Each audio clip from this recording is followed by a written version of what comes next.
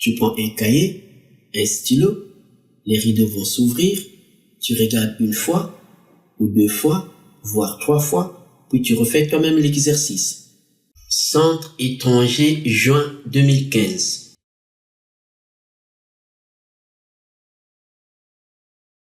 Exercice 3. Soit A un nombre réel fixé non nul.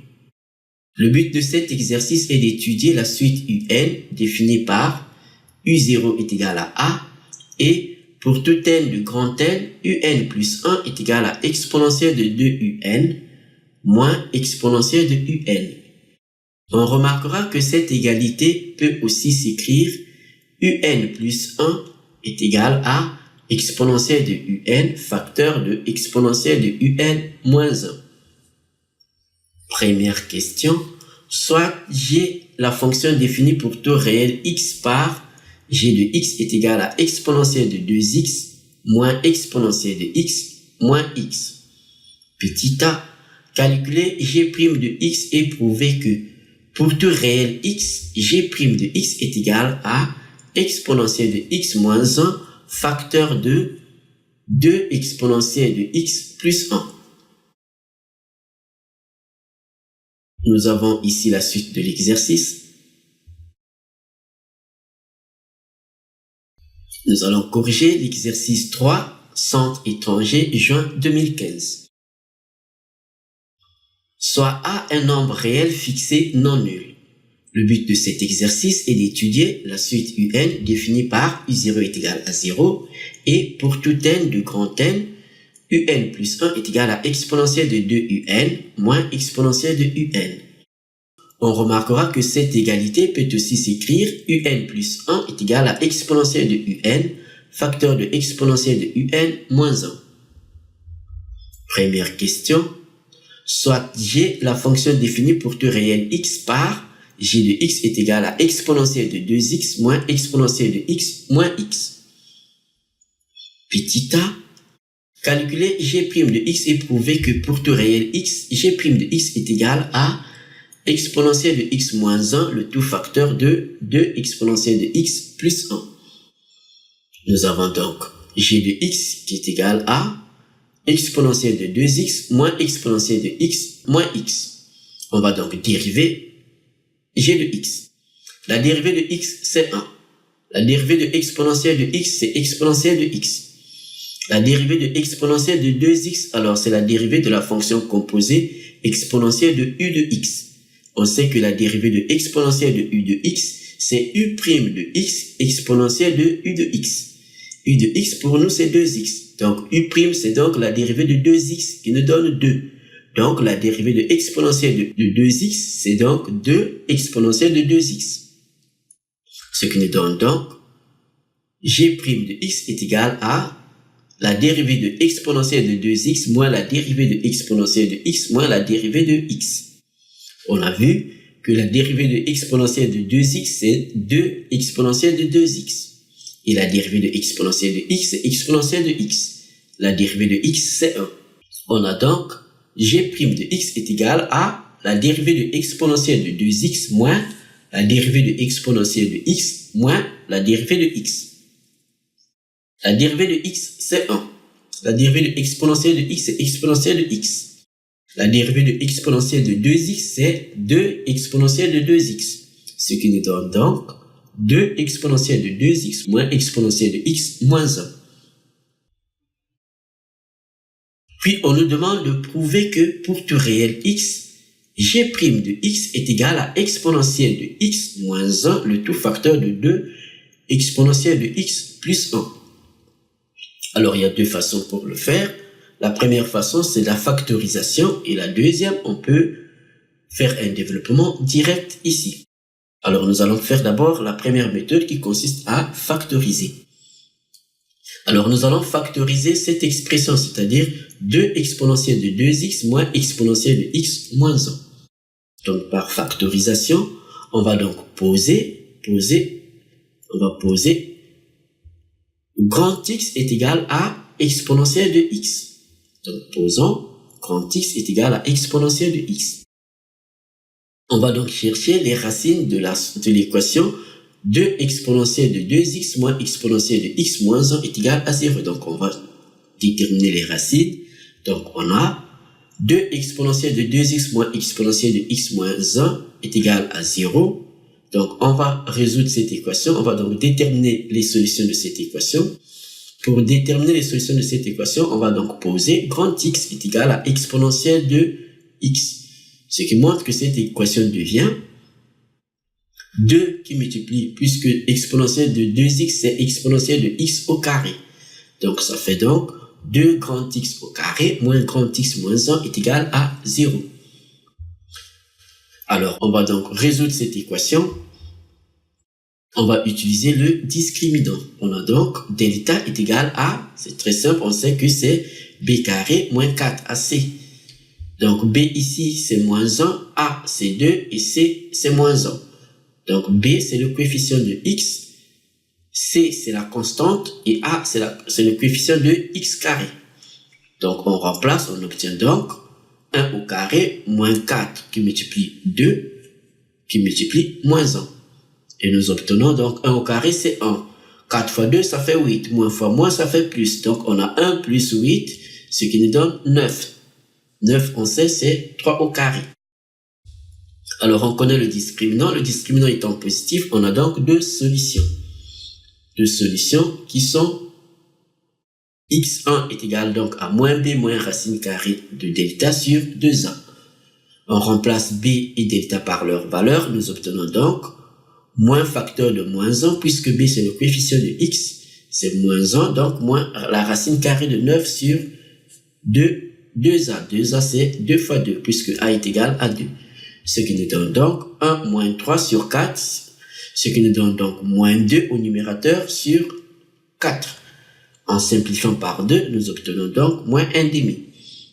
Et l'autre solution réelle, puisqu'il y a deux solutions réelles, l'autre solution réelle c'est x2, c'est donc x2 est égal à moins b plus la racine carrée de delta sur 2a. On remplace b et delta par leur valeur. Nous obtenons donc moins facteur de moins 1 parce que b c'est le coefficient de x, donc c'est moins 1. Plus la racine carrée de 9, on sait que la racine carrée de 9 c'est 3. Donc on a moins fois moins ça fait plus, nous obtenons donc 1 plus 3 sur 4. 1 plus 3 c'est 4, donc ça fait 4 sur 4 qui est égal à 1.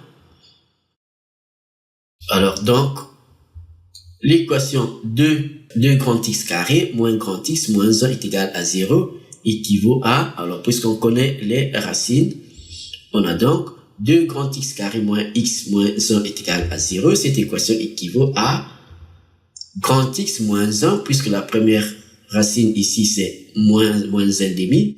Donc grand X moins 1, ça c'est la deuxième racine. Donc ici grand X moins 1,5 qui fait plus 1,5. Donc, on a grand X moins 1, facteur de grand X plus 1,5 est égal à 0. Alors, ici, nous avons 1,5. On va donc mettre le tout au même dénominateur. Ici, nous obtenons donc 2 grand X plus 1, le tout sur 2. Puis, en multipliant l'équation par 2, nous obtenons donc grand X moins 1, facteur de 2 grand X plus 1 est égal à 0.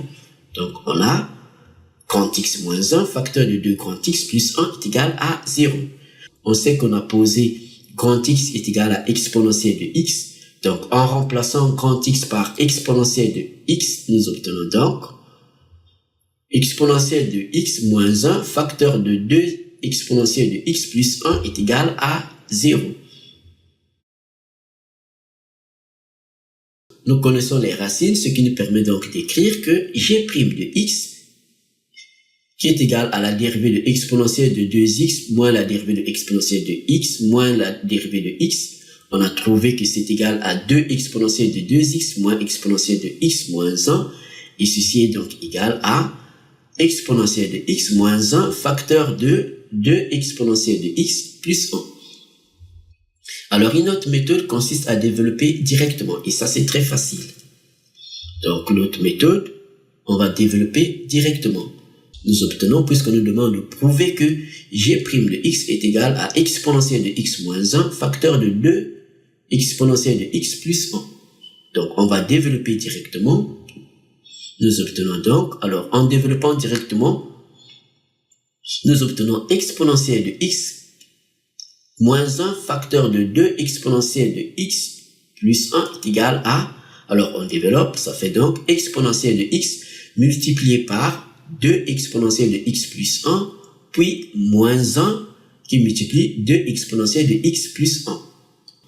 On continue à développer. Ici, nous aurons donc exponentielle de x qui multiplie 2 exponentielle de x. Ça fait donc 2 exponentielle de x qui multiplie exponentielle de x. On sait que les puissances s'additionnent. Nous obtenons donc 2 exponentielle de x plus x, soit 2 exponentielle de 2x. Et ici, exponentielle de x qui multiplie 1 nous donne exponentielle de x. Ici, on enlève les parenthèses, on fait rentrer le moins. Nous obtenons donc 2 exponentielle de 2x plus exponentielle de x moins 2 exponentielle de x moins 1. Alors ici, on fait donc les calculs. On a donc exponentielle de x moins 2 exponentielle de x, ce qui nous donne moins exponentielle de x. Donc on a 2 exponentielle de 2x moins exponentielle de x moins 1. On retrouve bien l'expression qu'on vient de calculer de la dérivée de la fonction g. Donc au final, on conclut que pour tout réel x, g' de x est égal à exponentielle de x moins 1, le tout facteur de 2 exponentielle de x plus 1. Première question, petit b. Déterminer les variations de la fonction g et donner la valeur de son minimum.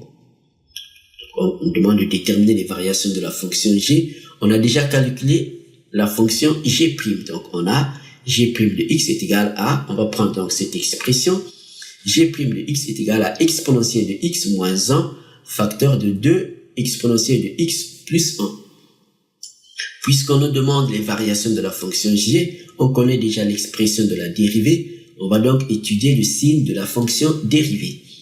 Nous avons donc g' de x est supérieur ou égal à 0, c'est-à-dire positive, si et seulement si, alors cette expression donc, on remplace g' par son expression, si et seulement si exponentielle de x moins 1, le tout facteur de 2 exponentielle de x plus 1 est supérieur ou égal à 0. Alors ici, nous avons la fonction exponentielle. On sait que la fonction exponentielle ne s'annule jamais. Donc on va écrire que, quel que soit x, donc pour tout réel x, exponentielle de x est strictement supérieure à 0. Cette fonction exponentielle est toujours positive.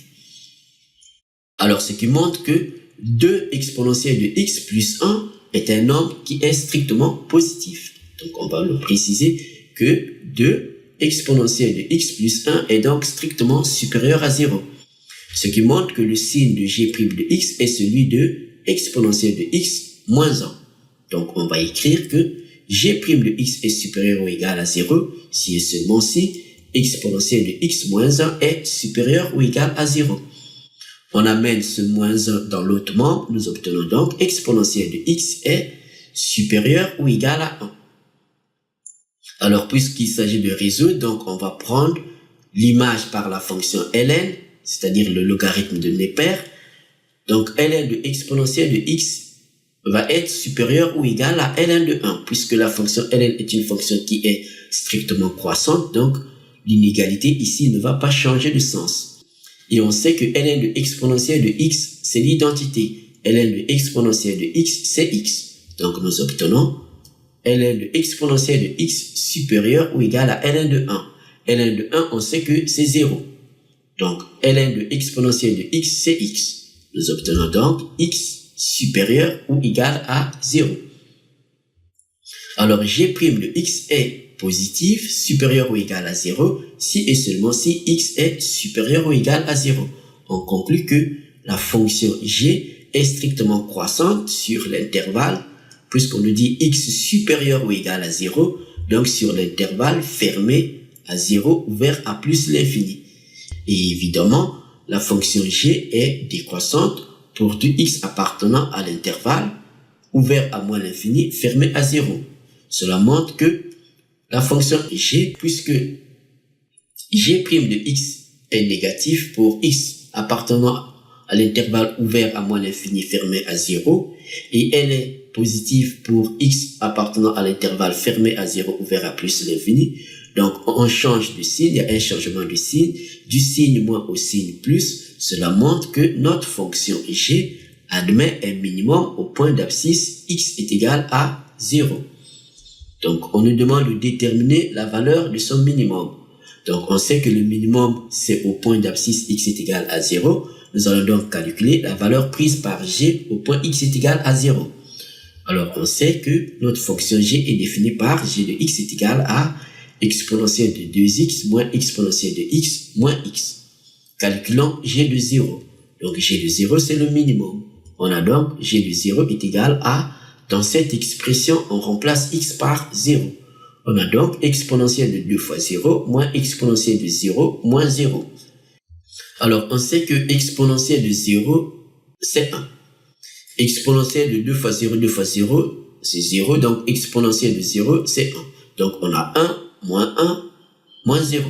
Donc, 1 moins 1, ça fait 0. Donc, on a exponentielle de 0 moins exponentielle de 0 qui nous donne 1 moins 1 qui est égal à 0. Donc, g de 0 est égal à 0. C'est donc le minimum de la fonction g sur r. Ce qui nous permet donc de conclure que pour tout x appartenant à R, on a g de x puisque 0 c'est le minimum. Donc g de x qui est égal à exponentielle de 2x moins exponentielle de x moins x est supérieur ou égal à 0.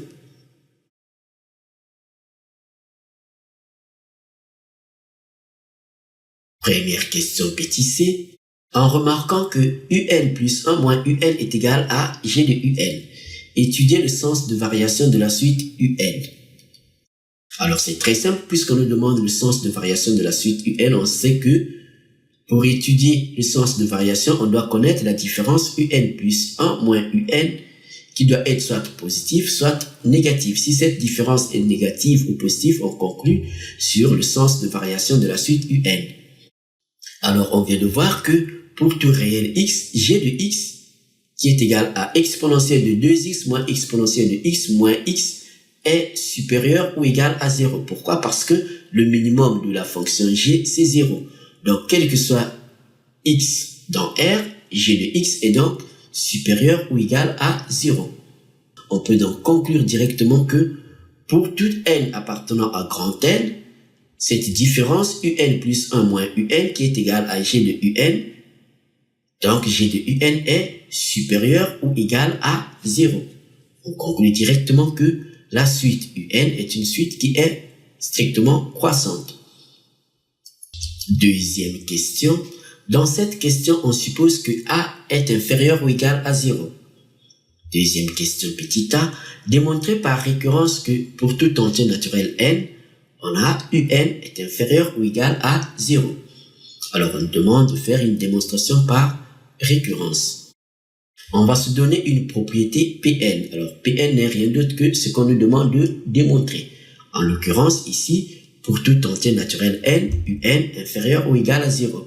Donc, soit Pn, la propriété, pour tout entier naturel n, on a un inférieur ou égal à 0. Alors, la première étape de la démonstration par récurrence, c'est l'initialisation.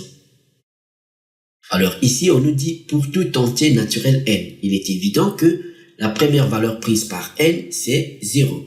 Donc on va vérifier si pour n est égal à 0, on a u0 est inférieur ou égal à 0.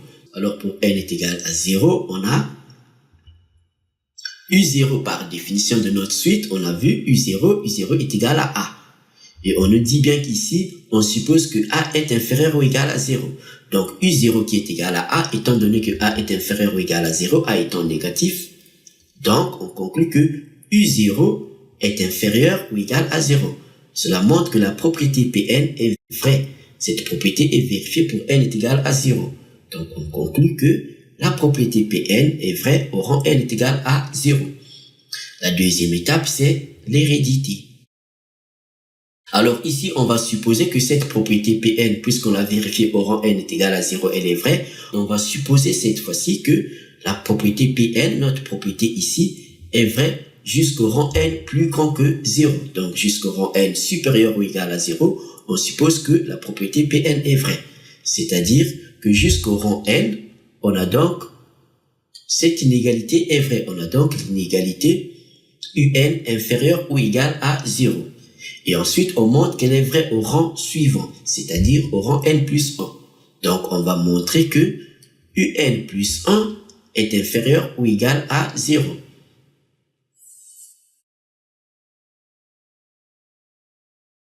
Par définition, nous avons notre suite UN qui est définie par son premier terme U0 est égal à A, et pour tout entier naturel n, UN plus 1 est égal à exponentielle de 2UN moins exponentielle de UN.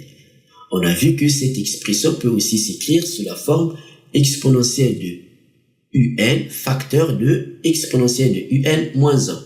Donc nous avons UN plus 1 est égal à exponentielle de 2UN moins exponentielle de UN. Ceci est égal à exponentielle de UN. En mettant donc UN exponentielle de UN en facteur, on a exponentielle de UN facteur de exponentielle de UN moins 1. Alors, notre hypothèse de récurrence dans l'hérédité, on a supposé que UN est inférieur ou égal à 0. Ici, nous avons exponentielle de UN. Donc, il est évident qu'on doit prendre l'image par la fonction exponentielle. Donc, en prenant l'image par la fonction exponentielle, tout en sachant que la fonction exponentielle est une fonction qui est strictement croissante, donc l'inégalité ici ne va pas changer de sens. En prenant donc l'image par la fonction exponentielle, nous obtenons exponentielle de UN est inférieure ou égale à exponentielle de 0. On sait que exponentielle de 0, c'est 1. Donc, ceci équivaut à exponentielle de UN est inférieure ou égale à 1. En ramenant donc ce 1 à gauche, nous obtenons donc exponentielle de UN moins 1 est inférieure ou égale à 0. Alors, puisque la fonction exponentielle est une fonction qui est strictement croissante, elle est positive, donc exponentielle de UN est donc strictement supérieure à 0. Donc ici, nous avons exponentielle de UN moins 1, on a vu que exponentielle de UN moins 1 est inférieure ou égale à 0. On conclut que UN plus 1, qui est égal à exponentielle de 2UN moins exponentielle de UN, est donc négative, c'est-à-dire inférieure ou égale à 0. Donc, la propriété Pn est donc vraie jusqu'au rang n plus 1. Donc, elle est vraie au rang suivant. La dernière étape, c'est donc la conclusion. Donc, on va donc conclure que la propriété Pn, notre propriété, est vraie au rang n est égal à 0. Elle est héréditaire, puisqu'on vient de le voir. Donc, elle est héréditaire.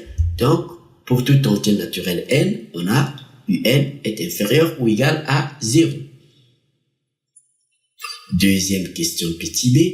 Déduire des questions précédentes que la suite UN est convergente. On nous demande de déduire des questions précédentes.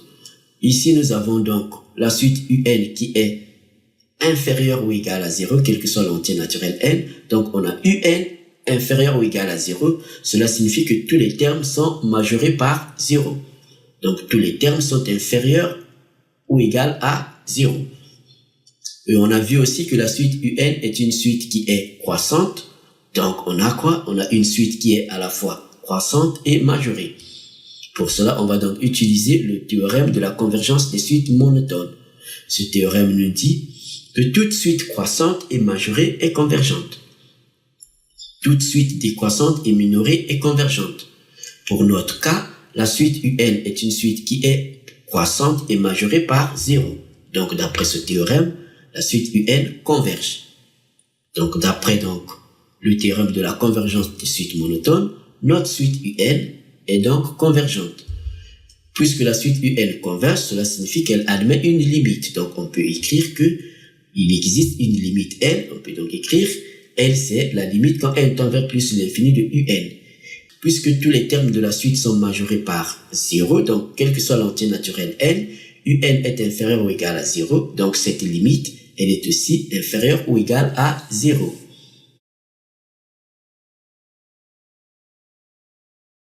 Deuxième question, petit c. Dans le cas où A vaut 0, donnez la limite de la suite UN. Alors, on nous dit ici, A vaut 0, donc A est égal à 0. On sait que notre suite UN est définie par son premier terme, U0 est égal à A. Donc, U0 est égal à A. Et pour tout entier naturel n, nous avons la relation de récurrence, UN plus 1 est égal à exponentielle de 2UN moins exponentielle de UN. Alors, puisque A vaut 0, on a vu à la question précédente que la suite UN elle est croissante. Donc, cela signifie que la suite UN est majorée par son premier terme, puisque la suite UN, elle est croissante. Donc, elle est majorée par son premier terme. Son premier terme ici, c'est U0 qui est égal à A. Cela signifie que, comme U0 est égal à A, donc pour tout n entier naturel, on a UN supérieur ou égal à 0, puisque U0 est égal à A, c'est égal à 0. On a vu aussi à la deuxième question petit a, la démonstration par récurrence, on a vu que pour tout entier naturel n, UN est inférieur ou égal à 0. Donc d'une part, UN est supérieur ou égal à 0, d'autre part, UN est inférieur ou égal à 0. Donc on va écrire que pour tout entier naturel n, on a donc 0 inférieur ou égal à UN inférieur ou égal à 0. Puisque UN est compris entre 0 et 0, cela signifie que pour tout entier naturel n, UN est égal à 0. Cela montre que la suite UN est une suite qui est constante et elle est égale à 0. Et comme elle est constante, elle est égale à 0. Donc la limite quand n tend vers plus l'infini de UN est égale à cette constante qui est égale à 0. Donc on va préciser que la suite UN, elle est constante et elle est égale à 0. Donc elle converge vers cette constante qui est 0.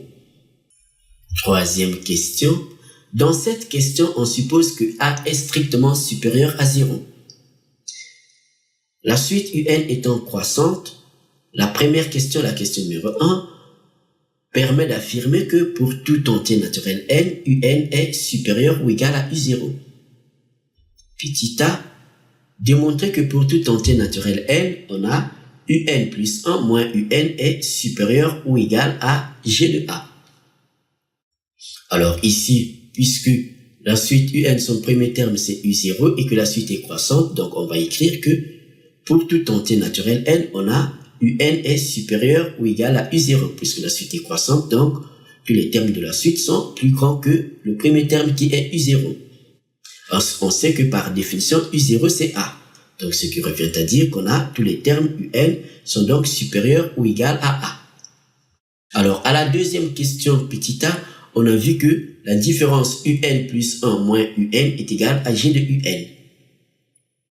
Donc pour tout entier naturel n, UN plus 1 moins UN est égal à G de UN.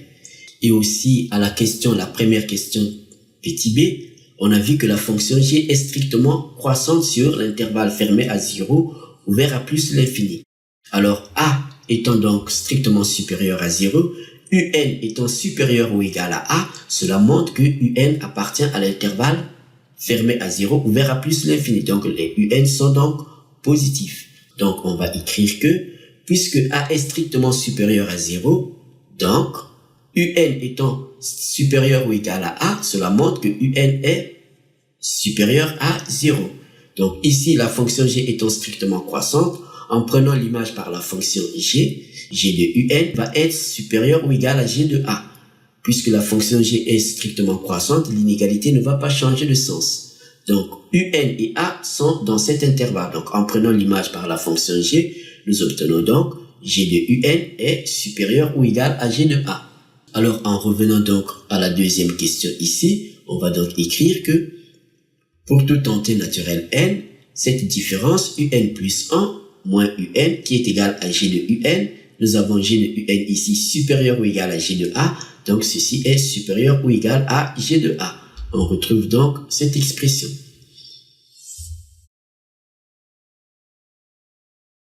Troisième question, petit b, démontrer par récurrence que pour tout entier naturel n, on a UN est supérieur ou égal à A plus N qui multiplie G de A. On nous demande de faire une démonstration par récurrence. C'est très simple. Alors, la démonstration par récurrence, on va se donner une propriété Pn. La propriété Pn n'est rien d'autre que ce qu'on nous demande de démontrer. En l'occurrence ici, c'est pour tout entier naturel n, on a UN est supérieur ou égal à A plus N qui multiplie G de A.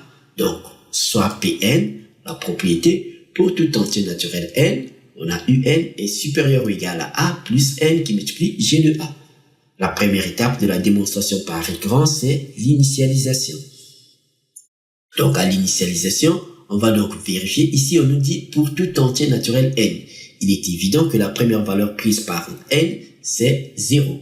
Donc, ici, on va vérifier que la propriété Pn est vraie au rang n est égal à 0. Donc, on va vérifier que U0 est supérieur ou égal à A plus 0 qui multiplie G de A. 0 fois G de A, ça fait 0. Donc, on va vérifier que U0 est supérieur ou égal à A.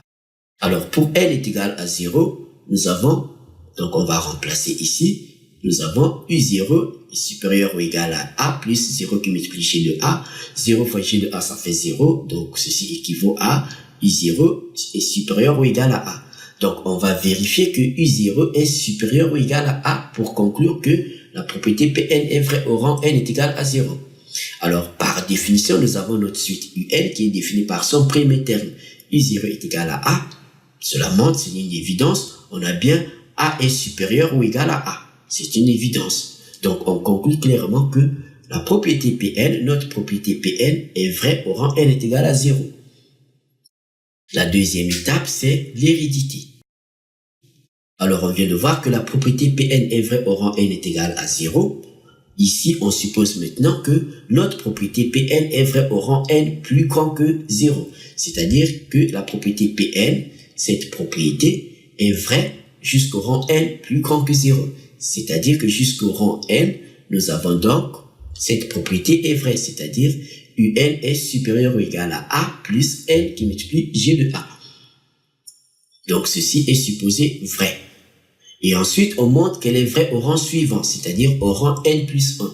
C'est-à-dire, on va montrer que un plus 1 est supérieur ou égal à a plus n plus 1 qui multiplie g de a. On a vu à la question 3 petit a que pour toute entier naturel n, on a un plus 1 moins un. Cette différence est supérieure ou égale à g de a. Alors de cette inégalité, on va donc tirer un plus 1. Nous obtenons donc un plus 1 est supérieur ou égal à g de a plus un. Donc on envoie moins un dans l'autre membre. Nous obtenons donc un plus 1 est supérieur ou égal à un plus g de a. Dans l'hérédité, nous avons supposé notre hypothèse de récurrence, c'est un supérieur ou égal à a plus n qui multiplie g de a.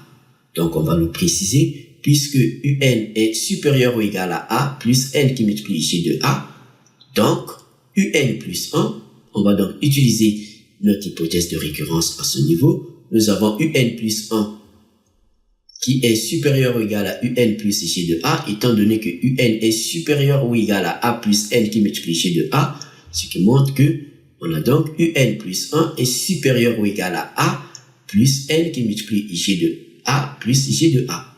Ou encore, si on veut, on peut donc prendre, à partir de cette hypothèse, ajouter g de a dans chaque membre. Donc on obtient un plus g de a est supérieur ou égal à a plus n qui multiplie g de a plus g de a. Donc un plus g de a, on voit que un plus 1 étant supérieur ou égal à un plus g de a. Donc on obtient bien un plus 1 est supérieur ou égal à a plus n qui multiplie g de a plus g de a. Alors ici on a n qui multiplie g de a, ça fait n g de a, plus g de a, ça fait n plus 1 g de a.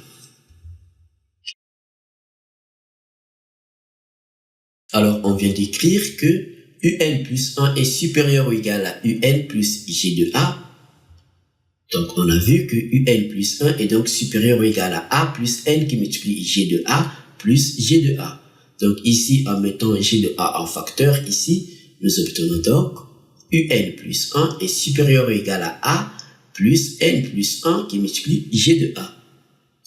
Donc, on voit bien que notre propriété Pn est vraie au rang n plus 1. Donc, elle est héréditaire. On va conclure que la propriété Pn est héréditaire. Elle est vraie au rang n plus 1.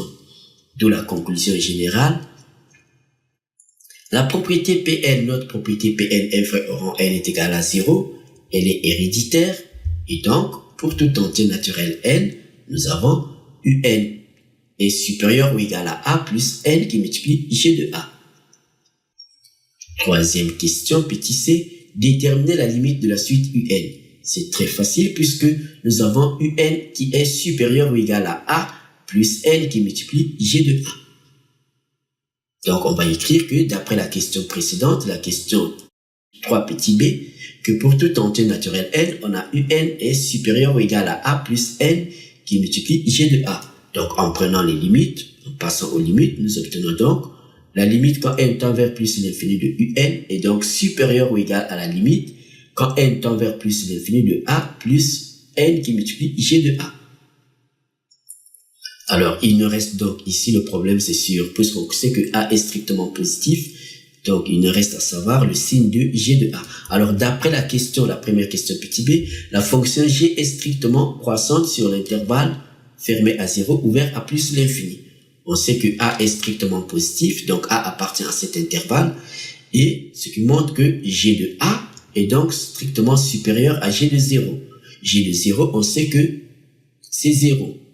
Donc, on va le préciser puisque G de 0, c'est le minimum de la fonction G. Donc, la fonction G a pour minimum au point X est égal à 0. Donc, G de 0, on avait calculé, c'est 0.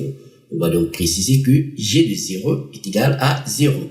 Donc, G de A qui est supérieur ou égal à G de 0, on peut donc écrire que G de A est donc strictement supérieur à 0. Donc, ici, G de A est positif. Donc, la limite quand n tend vers plus l'infini de n qui multiplie G de A, c'est égal à plus l'infini. Donc, cette limite, c'est égal à A plus l'infini qui nous donne l'infini.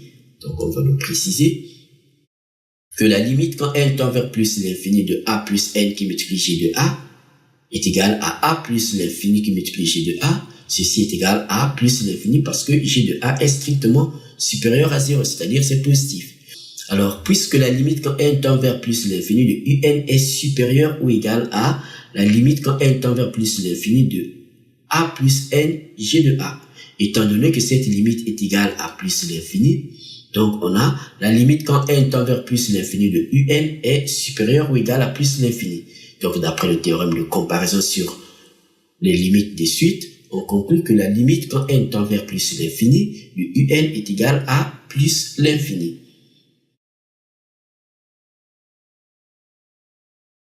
Quatrième question. Dans cette question, on prend A est égal à 0,02.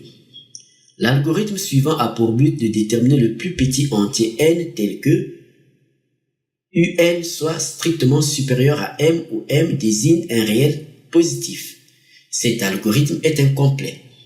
Nous avons l'algorithme ici, puis on nous dit petit a, sur la copie, recopier la partie traitement en la complétant. Donc, on nous demande de recopier la partie traitement ici et en la complétant.